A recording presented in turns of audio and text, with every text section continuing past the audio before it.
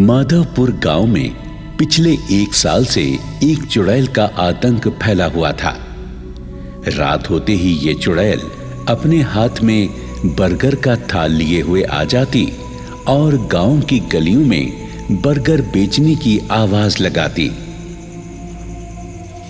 आजा आजा मत डर, खाने को दूंगी बर्गर।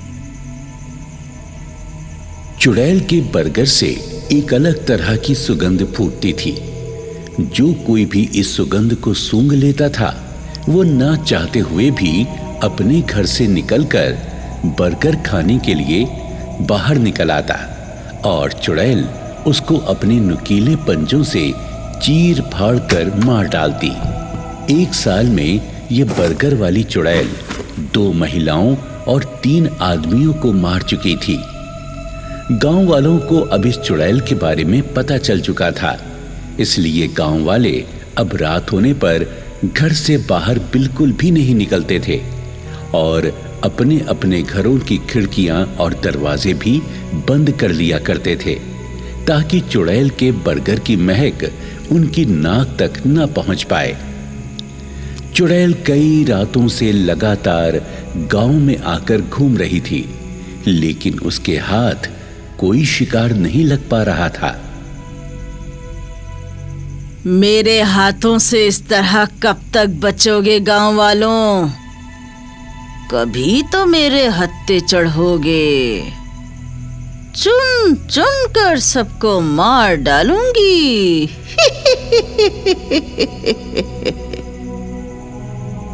फिर एक दिन काजल नाम की एक खूबसूरत युवती टैक्सी में बैठकर गांव में आती है और गोपाल नाम के एक आदमी के घर जाती है। पापा, मैं आ गई। अरे मेरी बिटिया काजल आ गई। आजा आजा। तू ठीक तो है ना बिटिया? गांव आने में कोई परेशानी तो नहीं हुई? नहीं पापा, कोई परेशानी नहीं हुई और मैं एकदम फिट फाट हूँ। बस थोड़ा थक गई हूँ। अच्छा, ठीक है। तू थोड़ा आराम कर दे, बाद में ढेर सारी बातें करेंगे। ठीक है। काजल आराम करने के लिए पलंग पर लेट जाती है। काजल की माँ धन्नू को मरे हुए बरसों गुजर गए थे। तब काजल सिर्फ 7 साल की थी। उसके बाद काजल के पिता गोपाल ने काजल को उसके मामा के घर दिल्ली में पढ़ने के लिए भेज दिया था। उस दिन के बाद से काजल आज ही गांव वापस आई थी। काजल अब पढ़ लिख कर मनोचिकित्सक बन चुकी थी। रात हो जाने पर गांव के सभी लोग अपने अपने घरों में घुसकर खिड़की दरवाजे बंद कर लेते हैं। काजल अभी पलंग पर ही लेटी हुई थी, तभी वहां गोपाल आता है और कमरे की खिड़कियों को बंद करने लगता है। काजल कहती है, पापा, इतनी गर्मी तो हो रही है, फिर भी आपने खिड़की बंद कर दी। खोल दीजिए ना ये खिड़की, ताजा हवा आएगी। अरे नहीं बिटिया, सुबह से पहले घर के खिड़की दरवाजे मत खोल देना, नहीं तो अनर्थ हो जाएगा। हाँ, अनर्थ? कैसे अनर्थ हो जाएगा पापा? और फिर गोपाल काजल को बर्गर बेचने वाली चुड़ैल और बर्गर की रहस्यमयी सुगंध और गांव में चुड़ैल द्वारा की गई हत्याओं के बारे में सब कुछ बताकर कहता है, देखो बिटिया, मैंने तुम्हें सारी बातें बता दी हैं। अब तुम भी मेरी बात मानना, खिड़की दरवाजे किसी कीमत पर मत खोलना। ये कहकर गोपाल काजल के कमरे से चला जाता है। काजल सोचने लगती है, कमाल है, ये कम पढ़े लिखे गांव वाले भी कितने सीधे और अंधविश्वासी होते हैं। चुड़ैल और भूत प्रेतों पर विश्वास करते हैं। मैं तो एक साइकोलॉजिस्ट हूँ, मैं भला चुड़ैल के होने पर कैसे यकीन कर लूं? ये सोचकर काजल उठकर बंद खिड़की को खोल देती है। कुछ देर बाद ही गांव में चुड़ैल आ जाती है और आवाज लगाने लगती है, आजा आजा मत डर, खाने को दूंगी बर्गर। चुड़ैल के बर्गर से उठने वाली रहस्यमयी सुगंध खुली खिड़की से गुजरकर काजल की नाक तक पहुंच जाती है और काजल मंत्रमुग्ध सी होकर घर से निकलकर चुड़ैल के पास आ जाती है और चुड़ैल को देखकर कहती है, ए बर्गर वाली, तू कौन है? इस डरावने गेटअप में इतनी रात को ये अजीब सी महक वाले बर्गर क्यों बेच रही है? मैं बर्गर बेचने वाली चुड़ैल हूँ।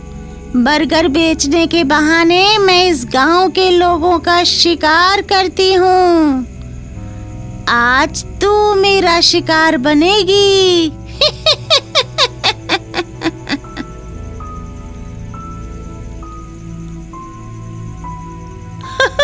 क्या कहा? तू जो भी है बहन, चुड़ैल की एक्टिंग अच्छी कर रही है। तुझे तो मुंबई फिल्म इंडस्ट्री में भर्ती हो जाना चाहिए। ए लड़की, तू अकल से पैदल है क्या, जो एक खतरनाक चुड़ैल का मजाक उड़ा रही है? अब मैं तुझे आसान मौत नहीं मारूंगी, मैं तुझे अपने तंदूर में भून कर खाऊंगी। और ये कहकर चुड़ैल एक हाथ से काजल का गला दबोच लेती है और काजल को लेकर हवा में उड़ जाती है। हाँ, बचाओ बचाओ! अरे ये तो सचमुच की चुड़ैल है। कोई मुझे इस चुड़ैल से बचाओ। पापा पापा, बचाओ मुझे पापा। चुड़ैल काजल को लेकर अपने ठिकाने पर आती है। चुड़ैल का ठिकाना बड़ा ही डरावना था। वहां 3-4 नर कंकाल पड़े हुए थे। एक बड़ी सी कड़ाही में खून भरा हुआ था और 3 बड़े साइज की चमगादड़ें छत से उल्टी लटक रही थी। काजल को ये सब डरावनी चीजें देखकर डर लगने लगता है और वो हाथ जोड़कर चुड़ैल से कहती है, चुड़ैल जी मुझे मत मारो। भगवान के लिए मुझ पर दया कर दो। मुझे मेरे घर जाने दो। मैं इस माधवपुर में रहने वाले किसी भी इंसान को जिंदा नहीं छोड़ूंगी। सबसे अपनी मौत का बदला लूंगी।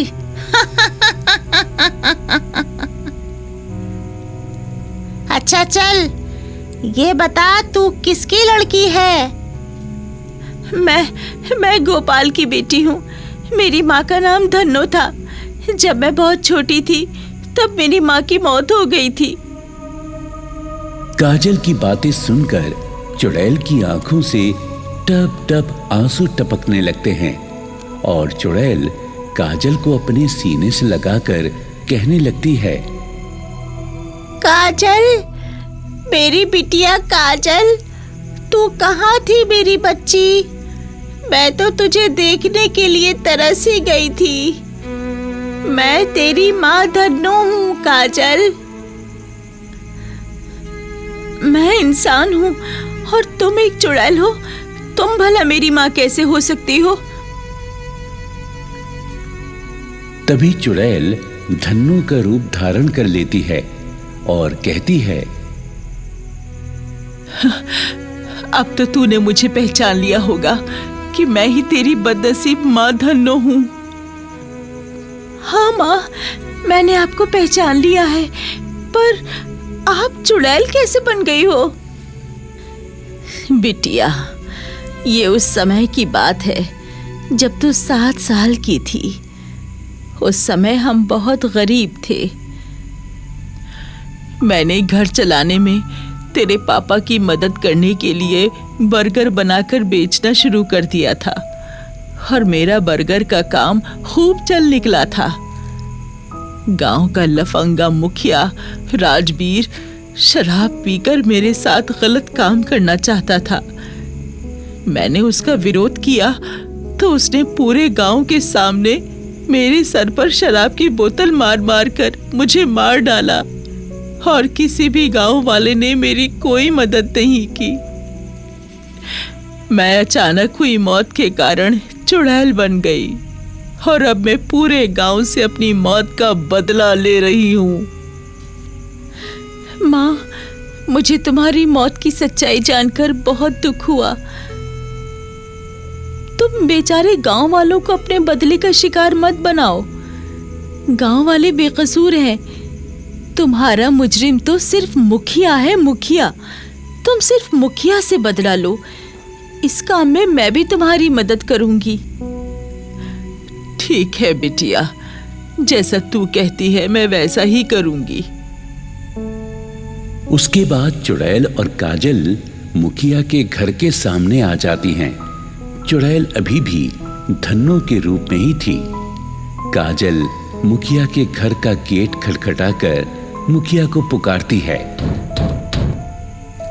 मुखिया जी, मुखिया जी, जरा बाहर तो आइए मुखिया जी, मुझे आपसे बहुत जरूरी बातें करनी है।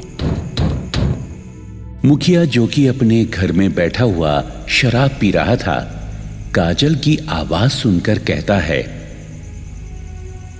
अरे कौन है बाहर? अरे कहीं तू बर्गर बेचने वाली चुड़ैल तो नहीं है जो आवाज बदलकर मुझे घर से बाहर बुलाना चाहती है? नहीं मुखिया जी, मैं चुड़ैल नहीं हूँ। मैं तो गोपाल की बेटी हूँ, डॉक्टर काजल। आज ही दिल्ली से गांव आई हूँ। आप जरा बाहर तो आइए। मुखिया शराब के नशे में लड़खड़ाता हुआ गेट खोलकर घर से बाहर आता है और काजल के साथ खड़ी धन्नो को देखकर चौंक जाता है।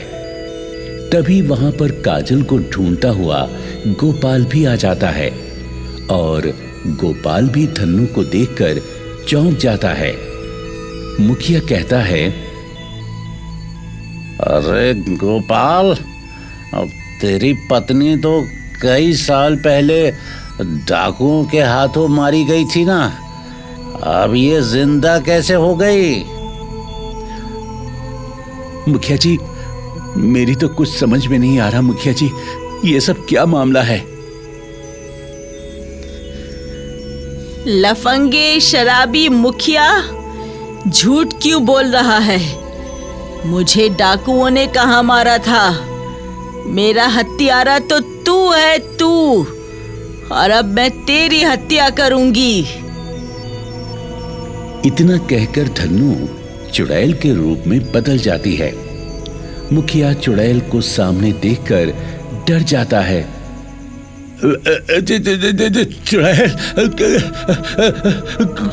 कोई मुझे बचाओ, मुझे बचाओ, मुझे बचाओ, मुझे बचाओ।